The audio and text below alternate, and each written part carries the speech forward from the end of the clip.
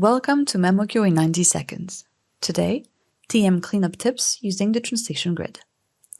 Cleaning up your TMs can be a cumbersome process. The translation memory editor allows you to remove duplicates and to filter your TM using a variety of options. But what if you need to get rid of segments with no value or number-only segments in an efficient way? Well, in such cases, you can use the translation grid to clean up your TM. To do so, export your TM to obtain a TMX. Once your TMX is exported, create or open a project and import your TMX, the same way you would import any document to translate. Double-click your TMX to open it in the translation grid. Go to the Sort drop-down menu on the right-hand side and select Target Text Length Shorter first.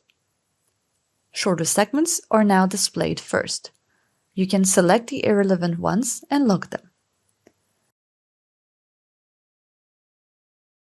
When you're done cleaning your TM, you can export your TMX like any regular document imported for translation.